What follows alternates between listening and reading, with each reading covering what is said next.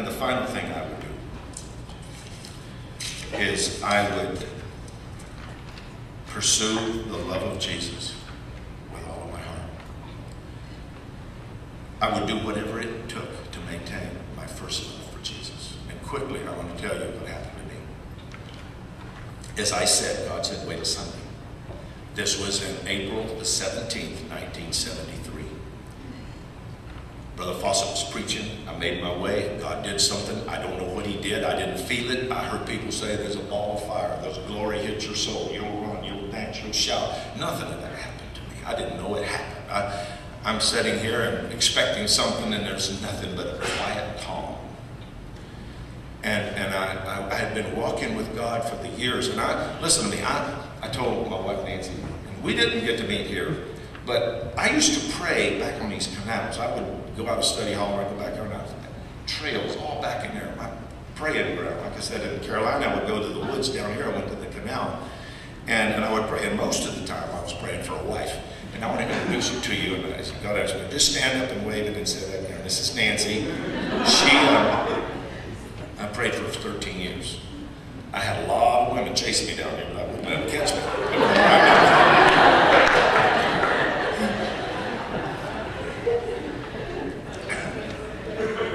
God had to raise her up first, you know. But she graduated from Hobe, but we didn't know each other while we were here. But what I'm telling you is I did a lot of praying. I did a lot of seeking and walking with the Lord. And then when this happened, I was in my dorm 3 days later. And I said, Lord, and I was in some conversation. It was over in C4 in the boys' dorm. I don't know if it's still the same number, but I was there, and there's this gray cinder block walls and a little desk. There's no decorations. Guys don't decorate their rooms. They just live in them with piles of laundry around. So when you fall, you hurt yourself. I was in my room, and I said, God, I've been seeking you with all my heart. I thought I was sanctified in South Carolina the day after I got saved. I guess I wasn't. I came down here and I went to the altar, and you said you did it, but nothing happened. I said, God, isn't there something for me? And instantly, something bubbled up, hot within me. And I started crying. And before that gray wall, I saw the world. The world, all the nations, I saw them lost. And I wept and wept and wept for a lost world. And God used that to demonstrate to me, Harvey, I cleansed your heart, and I filled you with my love. You've been walking in my love. Though you don't understand it now, though you don't feel it now, it's okay.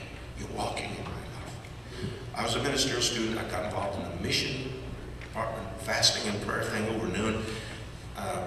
Listen, ministerial majors here, if you're serious for God, you need to be crossing over into the mission group. I'm just plugging the missions here because God never called me to be a missionary per se, but he called me to his mission as a minister. And you can cut it and slice it and dice it any way you want. But I'm telling you, it's the love of God that motivates you. It's the love of God in your heart that burns like a fire, that will solve all of your problems. What kind of problems? Rule problems. Rule problems. Standard problems. Do I have to? Should this happen? Should that happen? Listen, the rest of your life there's going to be issues. Should I or shouldn't I? There's one thing that's got to govern that. That's the love of Jesus Christ. And if that's the mother of all laws, that's the mother of all rules. It's the trumps every other rule. In fact, it says in the Bible that if you keep this law, you've kept them all.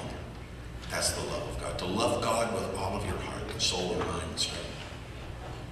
He that offends in one point, those that would think they were perfected in the rules, you keep them all. You're a good boy, you're a good girl. You offend in one point, you're guilty of everything. Go after the love of Jesus.